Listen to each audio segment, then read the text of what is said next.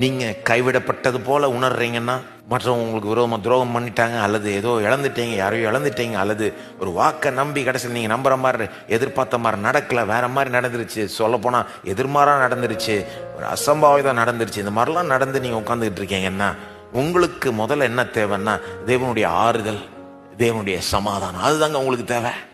உங்கள் மனசில் கேள்வி நிறைய இருக்கலாம். ஏன் இது நடந்தது? எப்படி இப்படி நடக்கலாம்? தேவன் ஏன் இதை அனுமதித்தார்? ஏன் எனக்கு இப்படி நடந்தது? ஆனால் அந்த மாதிரி கேள்விகளை கேட்டுக்கிட்டு அந்த மாதிரி கேள்விகளுக்கான பதிலை நாடுறதை விட நான் உங்களுக்கு என்ன சொல்ல விரும்புகிறேன்னா, தயவுசெய்து தேவனுடைய ஆறுதலை நாடுங்க. இயேசு சொல்றார், யோவான் 14:27, சமாதானத்தை உங்களுக்கு வைத்து போகிறேன், என்னுடைய சமாதானத்தையே உங்களுக்கு கொடுக்கிறேன், உலகம் கொடுக்கிற பிரகாரம் நான் உங்களுக்கு கொடுக்கிறதில்லை, உங்கள் இருதயம் கலங்காமலும் பயப்படாமலும் இருப்பதாக.